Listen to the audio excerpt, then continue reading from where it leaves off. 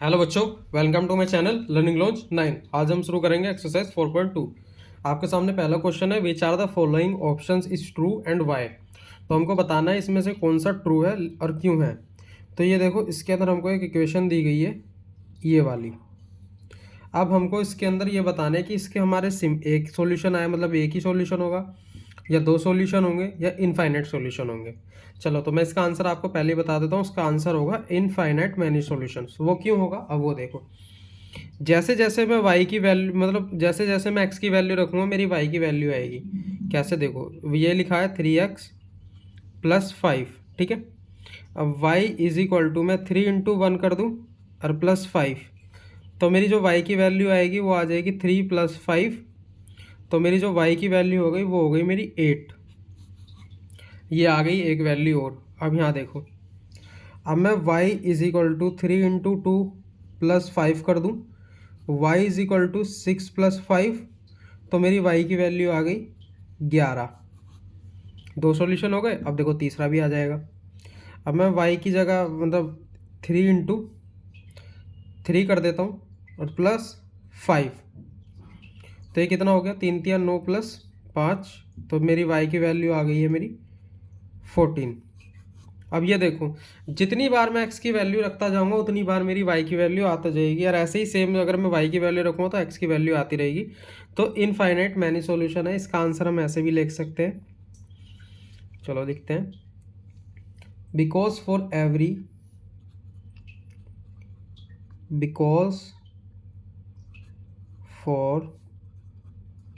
Every value of x there is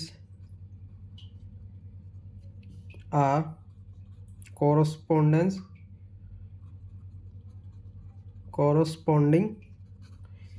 value of y and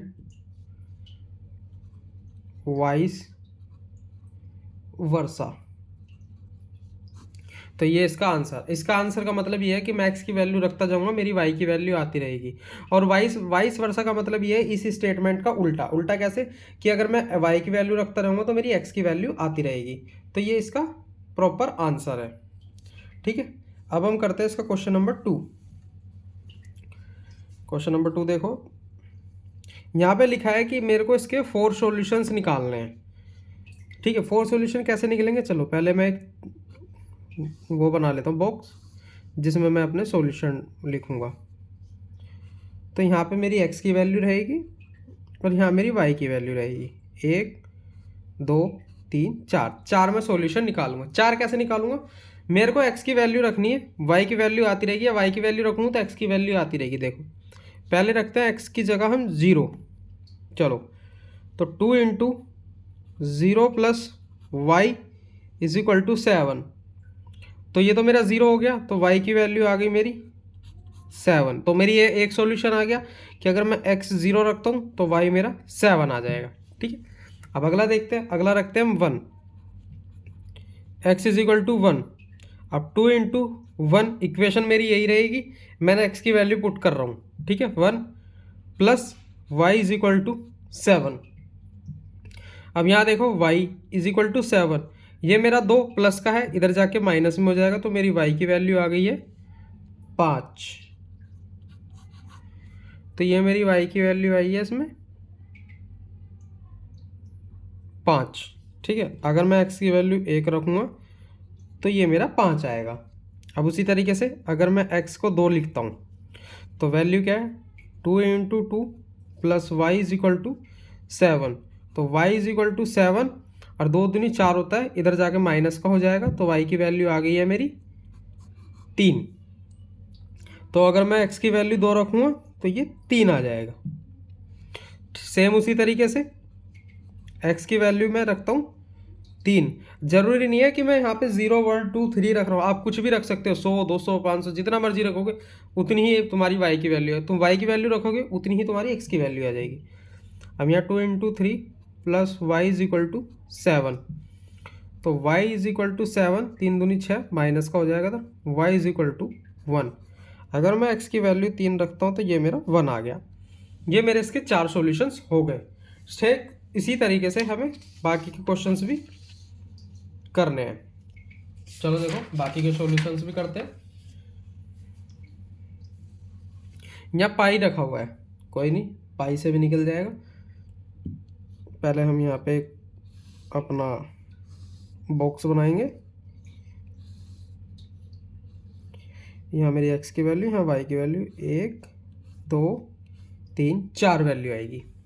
ठीक है, अब मैं रखता हूँ x इज इक्वल टू 0, तो pi into 0 plus Y is equal to 9। तो ये तो मेरा 0 हो गया, तो y आ गया मेरा 9, तो x की जगह 0 तो y 9।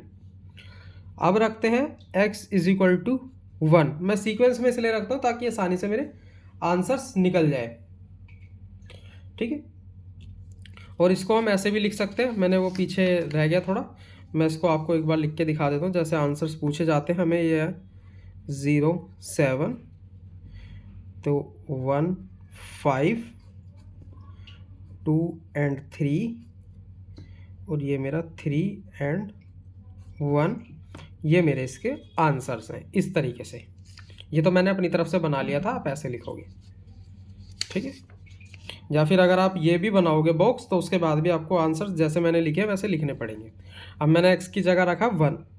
चलो अब पाई इंटू 1 करेंगे plus y is equal to 9, तो y यहीं रहेगा, इज इक्वल टू 9 आ जाएगा। और ये मेरा पाई है ना इधर प्लस में, तो ये मेरा माइनस में हो जाएगा। डायरेक्ट इसको पाई रहने दो, कोई दिक्कत की बात नहीं, हमको सिर्फ वैल्यू रखनी है। तो x में 1 रखूँगा तो वैल्यू आएगी मेरी 9 माइनस पाई, सॉरी ये y नहीं है, ये 9 है। ठीक है, अब रखते हैं हम यहाँ पे x की जगह 2, तो pi into 2 plus Y is equal to 9, तो y is equal to 9 minus हो जाएगा इधर 2 पाई। तो ये मेरा इसका एक और सॉल्यूशन आ गया।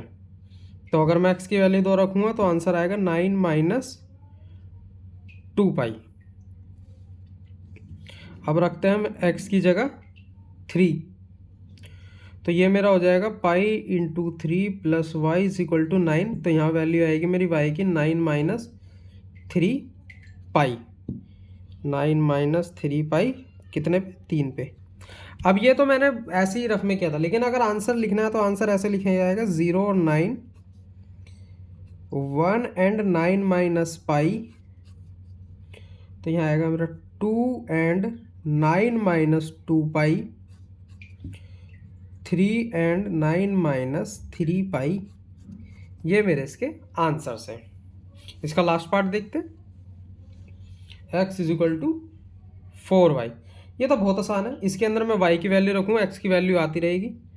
चलो इसके अंदर भी मैं बॉक्स बना लूँ। बॉक्स बनाने से ये थोड़ी आसानी रहती है कि मेरे को पता रहता है कि मैंने कौन कौन सी वैल्यू रखी है, x y 1 2 3 4। चलो तो इसमें मैं y की वैल्यू रखता हूँ, y इज इक्वल टू 0 कर दूँगा, तो y अगर मैं 0 रखता हूँ तो x is equal to 4 into 0, तो x की वैल्यू मेरी आ गई 0। ठीक, अब यहाँ रखते हैं y की वैल्यू 1, तो यहाँ लिखेंगे x is equal to 4 into 1, तो ये मेरा आ गया 4। तो अगर मैं इसकी वैल्यू 1 रखूँगा तो ये मेरी 4 आ जाएगी। अब यहाँ लिखेंगे y की वैल्यू 2, तो x is equal to 4 into 2, तो x मेरा आ गया 8। तो अगर मैं यहाँ पे 2 लिखूँगा तो ये मेरा 8 आ जाएगा।